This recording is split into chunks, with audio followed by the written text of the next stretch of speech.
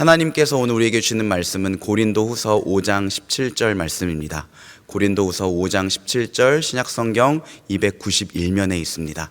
고린도후서 5장 17절 한 절 말씀 제가 봉독하겠습니다. 그런즉 누구든지 그리스도 안에 있으면 새로운 피조물이라. 이전 것은 지나갔으니 보라 새 것이 되었도다. 아멘. 새해가 되어서 아마 이 질문을 던져보시는 분들이 많이 계시지 않을까 싶어요. 또 예수를 믿는 사람으로서 평생을 숙제처럼 우리가 달고 다니는 질문이 아닐까. 우리 신앙생활에서 가장 중요한 또 질문일 것 같기도 해요. 뭔가 하니 과연 내가 변화할 수 있을까? 왜냐하면 교회 다닌 지 꽤 됐는데 신앙생활을 하면서도 전혀 변화가 없는 것처럼 보이는 내 자신을 스스로 발견하고 또 보기 때문입니다. 그 질문에 대한 좀 저는 생각이 매우 회의적인 이런 느낌을 갖는 분들도 많이 계시지 않을까 하는 생각이 듭니다. 또 흔히 세상에서 하는 말이 사람은 변하지 않는다. 이걸 기정사실처럼 여기저기서 많이 이야기를 하잖아요. 그러니까 그 말대로 변하지 않는 나를 보면서 낙심하고 또 변화를 포기해버리는 이런 분들도 있지 않을까 싶어요. 그래서 교회를 안 다닐 수는 없고 신앙생활은 계속 하는데 말하자면 자기 어떤 신앙생활의 한계를 스스로 정해버리는 경우도 있을 것 같아요. 내가 변한다 이건 생각할 수 없는 일이고 그걸 기대하기보다는 그저 교회 다니면서 마음의 안정, 마음의 평안 이 정도로 자기 신앙생활의 어떤 목표 지점을 한계를 지어버리는 경우도 있지 않을까 싶어요. 이런 생각에서 어떤 사람이 자기 자신을 보면서 굉장히 낙심했어요. 그리고는 하나님 앞에 정말 한숨을 쉬면서 기도를 드렸습니다. 그때 하나님이 그런 말씀을 주시더래요. 너의 힘으로는 절대로 너 자신 못 변한다. 근데 나 하나님의 능력 안에서는 얼마든지 변할 수 있다. 그렇게 말씀을 하시더래요. 아닌 게 아니라 성경을 보면 변화된 사람들이 또 많이 등장을 해요. 여러분 우리가 요즘 매일 성경 아브라함 읽잖아요. 창세기를 읽고 있는데 믿음의 조상이란 아브라함 어떻습니까? 처음부터 이 사람이 믿음이 좋아가지고 믿음의 조상 된 건 아니잖아요. 아브라함에게는 아내 사레가 있는데 사레가 너무 아름다웠던가 봐요. 적은 나이는 아닌데 그러니까 두려운 거예요. 남편이 자기를 죽이고 아내를 가로챌까 봐서 2번이나 거짓말을 합니다. 내 아내가 아닙니다. 이 사람 내 누이입니다. 참 비겁한 일인데 이걸 2번씩이나 해요. 아브라함이. 그런 아브라함이 나중에는 어떻게 변합니까? 하나님께서 독자 이삭을 모리아 산에 내게 제물로 바치라 했더니 2말 하질 않아요. 그냥 그대로 순종합니다. 그대로 바칩니다. 하나님이 말리셨지만 그런 믿음의 사람으로 아브라함이 실제로 바뀌어요. 여러분 모세는 어땠습니까?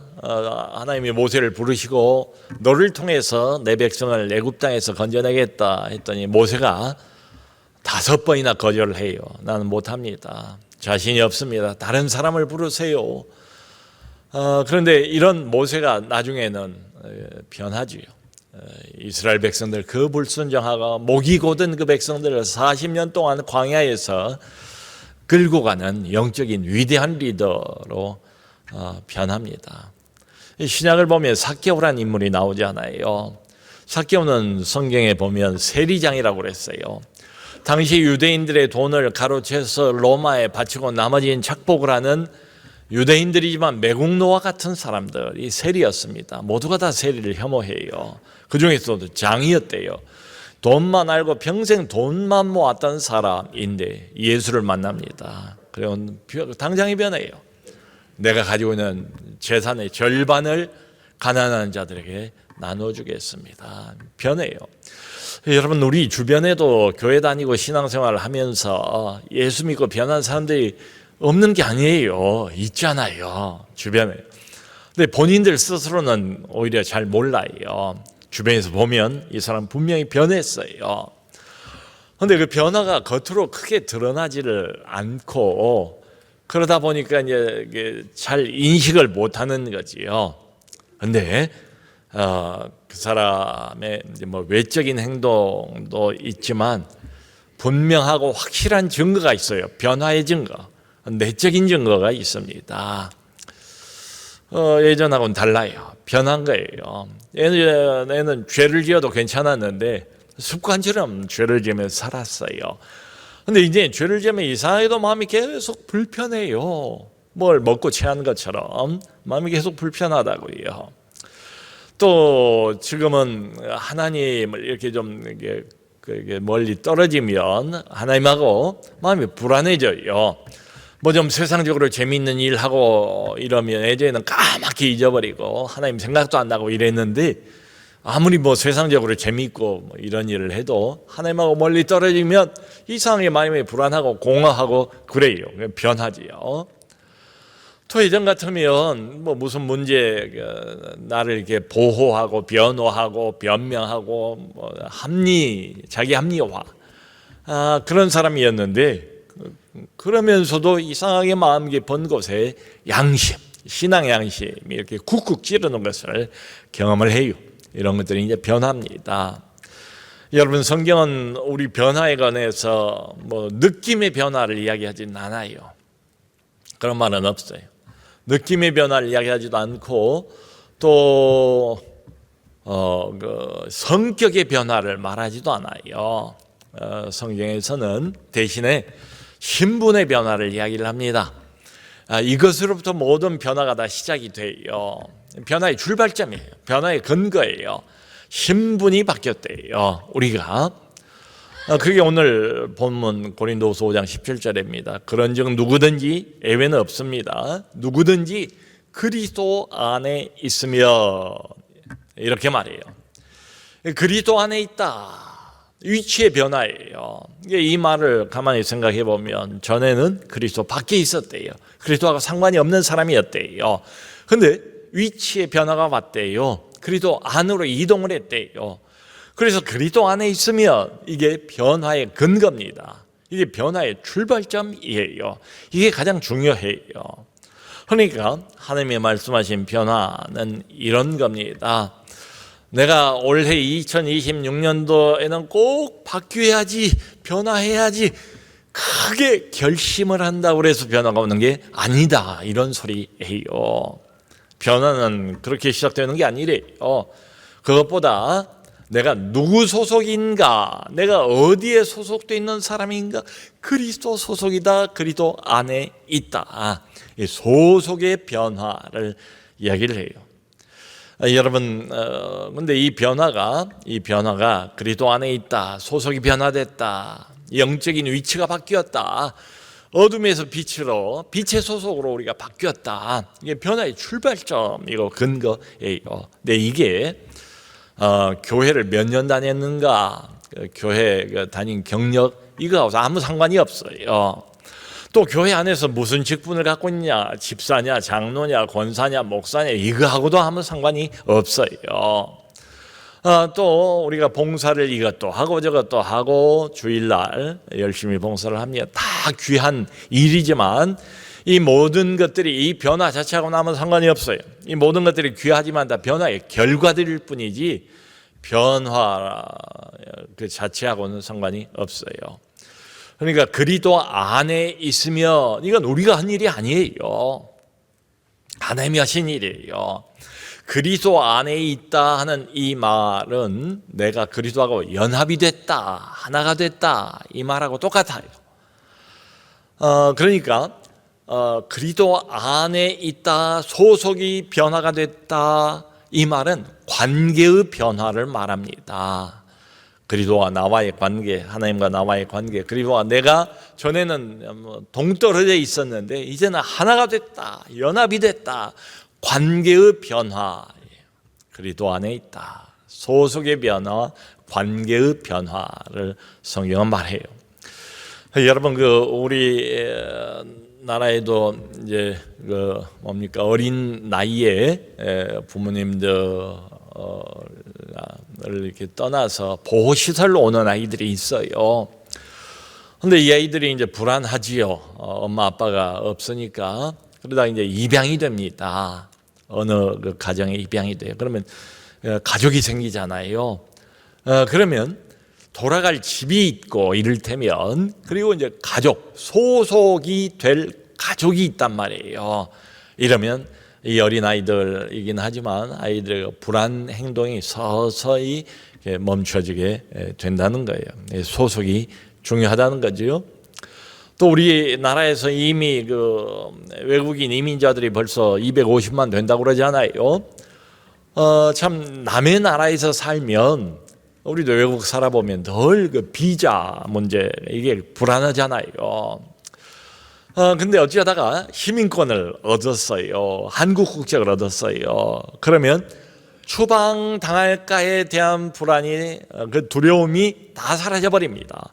왜냐하면 이제는 내가 이 나라 소속이니까 말이지요. 그런 거예요. 내가 어디 있는가, 내 소속이 어디인가, 이게 성경이 말하는 우리의 모든 실제적인 변화, 경험하기를 바라는 변화의 밑바탕이에요. 이게 출발점이에요.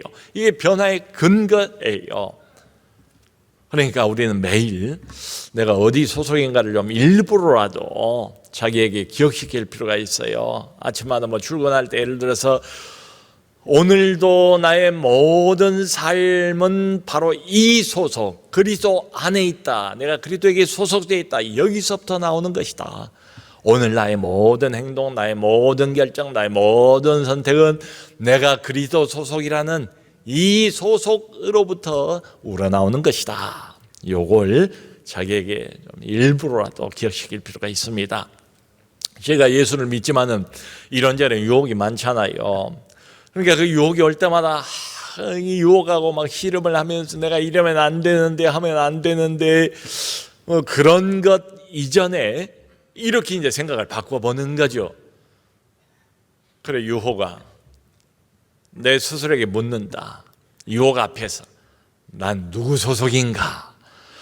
말하자면 내가 그리스도 소속인데 이런 걸 할 사람이 아니라는 거지요.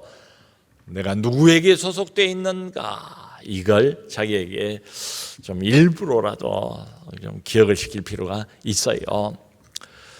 어떤 분이 목사님에게 그렇게 말씀을 하시더래요. 목사님, 저는 제 성격이 원래 이래요. 원래 화가 많고 원래 좀 말이 세요, 제가. 근데 이분이 이제 은혜를 받았어요. 그래서 사람이 바뀐 거예요. 바뀌고 난 다음에 이제 목사님에게 이런 소리를 하더라는 거예요. 목사님, 근데 요즘에는 제가 달라졌어요. 화가 내 안에서 끌어올라오려고 하면은 제가 스스로에게 그렇게 말합니다. 내가 그리스도 안에 있는 사람이지, 내가 그리스도 안에 있지, 그리스도 소속이지. 그리고는 화를 내가 누릅니다. 멈춥니다. 여러분, 성격이라는 게 하루아침에 바뀌어지는 건 아니잖아요. 근데 뭐가 바뀌어지는가 하면 이제 여기서부터 변화가 출발이 되는 거예요. 진짜 변화가. 내가 누군가 이거지요. 그러니까 원래의 그 나, 화도 잘내고 말도 세고 원래의 그 나로부터 그리스도 안에 있는 나로 바뀌어진 거예요. 정체성의 변화를 성경은 먼저 이야기를 해요. 이건 내가 노력해서 이렇게 됐다는 게 아니잖아요. 내가 무슨 노력을 했어요? 여기에 보탠 건 아무것도 없어요. 하나님이 하신 겁니다. 그리스도 안에 나를 갖다가 집어 넣으신 거예요. 이 변화입니다. 그런 즉 누구든지 그리스도 안에 있으면 바로 그 다음에 이제 뭐라고 말하는가 하면 새로운 피조물이래요. 새로운 피조물. 이게 우리 모두의 정체성이에요. 이게 변화의 핵심이에요. 나는 누구냐? 새로운 피조물. 나는 누구냐? 그리스도 안에 있는 사람. 그 말은 즉 새로운 피조물이다. 자, 여러분, 이 새로운 피조물이라는 게 요 표현이, 이게 하나님이 쓰시는 이 표현이 나의 어떤 일부를 바꾸셨다, 부분적으로 뭔가를 개조를 하셨다는 이야기가 전혀 아니잖아요. 이건 전체를 재창조하셨다는 말입니다. 새로운 피조물, 내 어떤 못된 약점, 부족한 점, 이것을 부분적으로 개조를 하셨다는 이야기가 아니고 전체를 통째로 완전히 새롭게 창조하셨다, 재창조하셨다, 이런 말이에요. 그러니까 말하자면 내게는 없던 새로운 본성이 내 안에 들어왔다. 영적인 변화가 있다. 자, 다시 한번 우리가 생각해 볼 것은 느낌이 바뀌었다는 말이 아니고요, 성격을 개조한다 이런 말도 아니고요, 그것보다 더 근본적으로 우리의 내적인 구조를 하나님이 바꾸셨다. 우리의 정체성 자체를 하나님께서 변화를 시켜 놓으셨다, 이런 이야기입니다. 그러니까 예전에는 내가 죄에 속한 사람이었어요. 죄에 속했다고, 죄 소속이었어요. 그러니까 하나님이 두렵지요. 하나님이 두려우니까 하나님 앞에서 도망치는 사람이었어요. 근데 더 이상 아니에요. 더 이상 죄에 속한 사람이 아니고 하나님 앞에서 도망치려고 한 사람도 아니고, 나는 이제는 그리스도 안에 있는 사람이고 하나님께 속한 사람이 되었다. 여러분, 이게 느낌상 그렇단 말이 전혀 아니고요, 이게 무슨 희망사항도 전혀 아니고요, 이게 법적인 사실이다 이거예요. 하나님의 법정에서 하나님이 정하신 하나님의 법적 사실, 그리고 또한 전에는 하나님하고 나하고 아무 관계도 없고 왼수 관계였는데 이제는 하나님과 뗄래야 뗄 수 없는 관계가 됐다. 그리스도와 하나가 됐다. 이건 법적인 사실이면서 동시에 관계적인 사실이에요. 그러니까 하나님이 우리에게 먼저 하시는 말씀이 이거거든요. 그러니까 변해라, 노력해라, 변하기 위해서 달라져라 라고 말씀하신 게 아니고, 오히려 너는 이미 달라진 사람이다. 너는 이미 그리스도 안에 있고 너는 이미 그래서 새로운 피조물이다. 이미 달라진 존재라고 하나님이 선포하시는 겁니다. 아니, 목사님, 내 안에 아직도 그저 욕망이 그대로 살아있고 뭐 옛날 그 세상의 찌꺼기들 그대로 남아있는데요. 저도 그래요. 그렇다고 해서 새로운 피조물이고 그리스도 안에 있다고 해서 우리의 욕망이, 세상 욕망이, 그 거짓된 욕망이, 더러운 욕망이 완전히 사라진 건 아니에요. 그런데 성경에 의하면 그 욕망의 중심축이 이동을 했대요. 여러분, 우리가 지금도 우리가 경험을 하잖아요. 죄를 원할 수도 있습니다. 죄의 욕망이 솔곳이 이렇게 시시때때로 올라오는 경우들 있어요. 우리가 알잖아요. 근데 여러분, 자, 하나를 더 질문을 해보자고요. 그것만 있습니까? 솔직하게 그것뿐입니까? 그러면 예수 안 믿는 사람이에요. 거듭나지 못한 사람이에요. 새 생명이 없는 사람이에요. 죄에 대한 욕망도 있어요. 사실이에요. 근데 그것만 있는 건 아니에요. 또 하나가 있어요. 새로운 욕망이 들어온 거예요. 하나님을 기쁘시게 해드리고 싶은 욕망, 하나님께 가까이 가고 싶은 욕망, 은혜를 더 받고 그 은혜를 누리고 싶은 욕망이 있잖아요. 새로운 욕망이 있어요. 여러분, 이게 뭘 말합니까?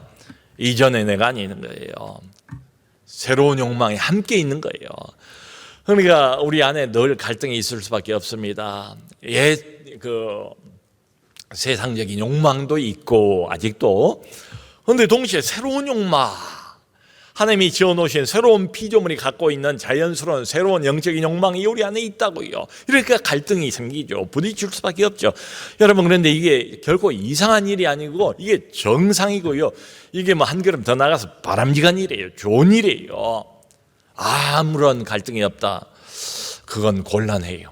우리가 이 땅을 살아가는 이상, 완벽해지지 않은 이상, 하늘나라 가기 전까지는 이 갈등, 이 어떤 충돌, 이게 피할 수가 없어요. 이게 다른 면으로 보면 이미 새로운 사람이 내 안에 있다, 새로운 본성이 있다는 아주 강력한 증거이기도 해요.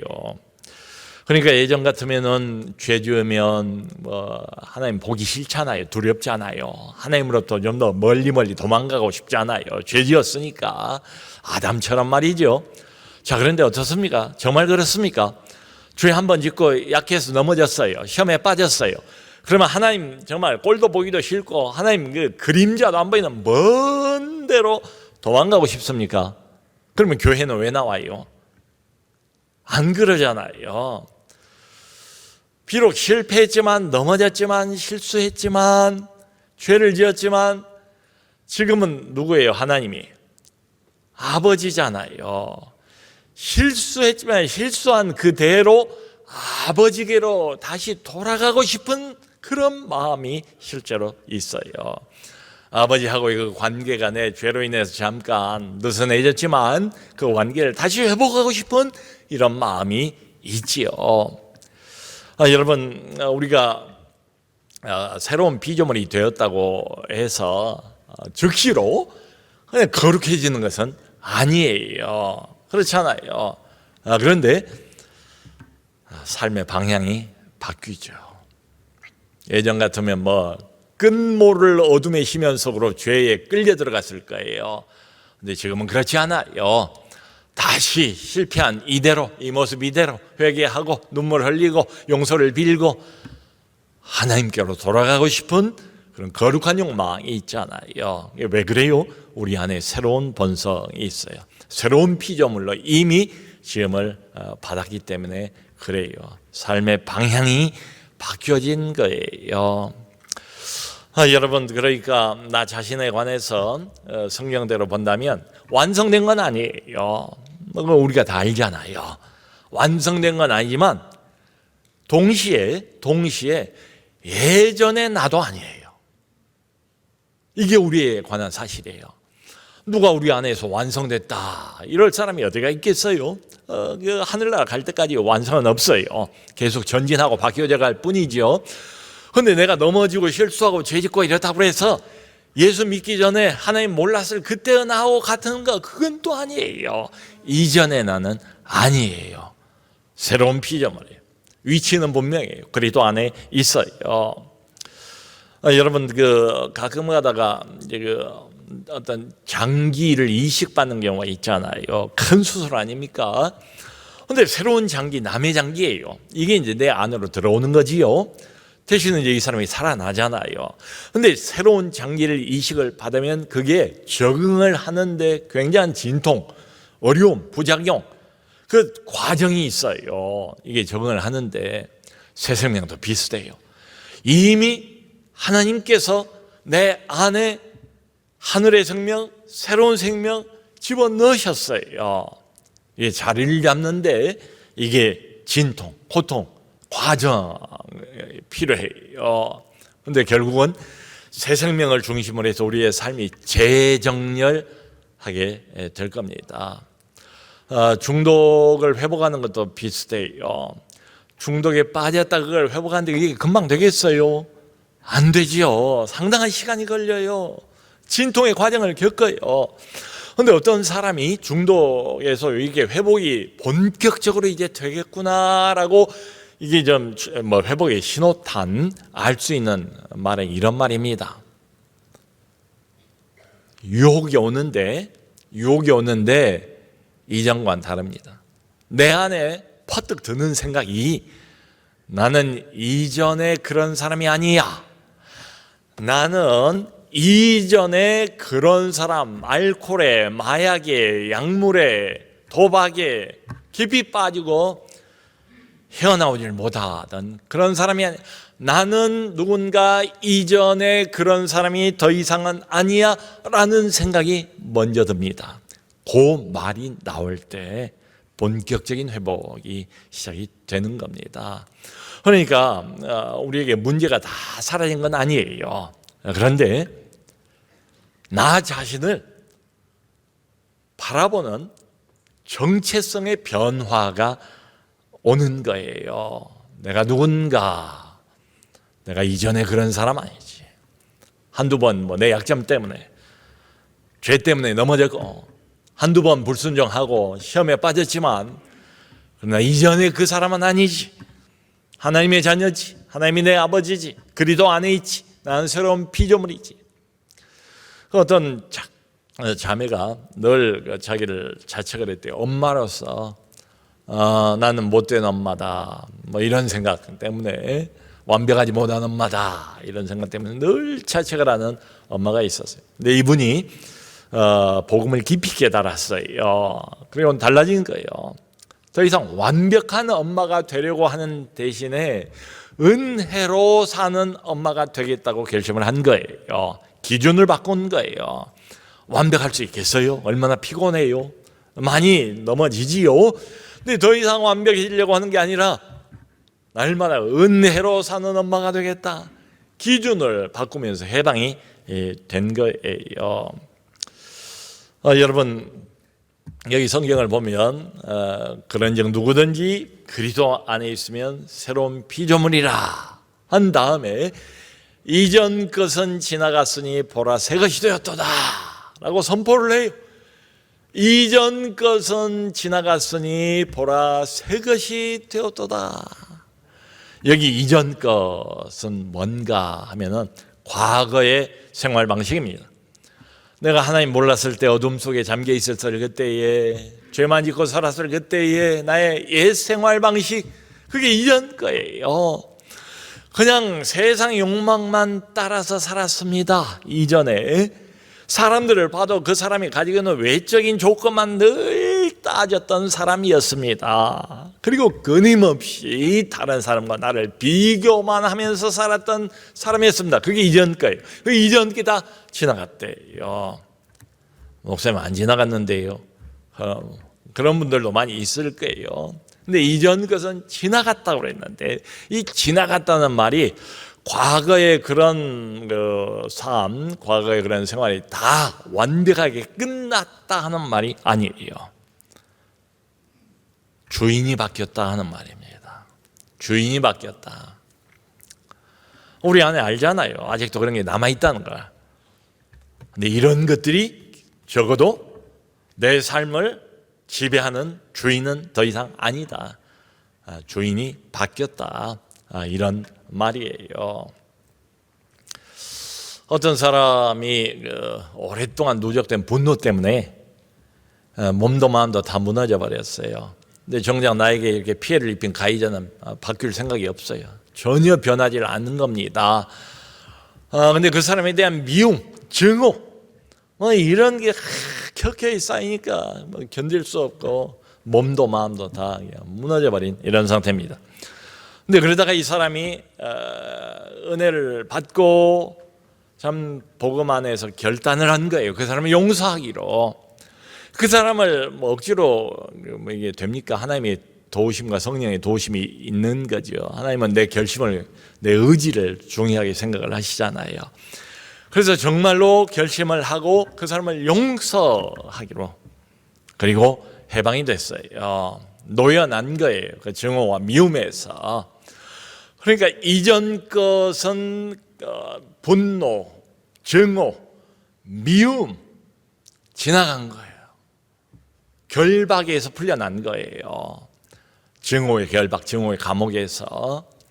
그런데 새 것, 자유함, 영혼의 자유함, 마음의 이루 말할 수 없는 평안함, 이것을 누리기 시작하는 겁니다.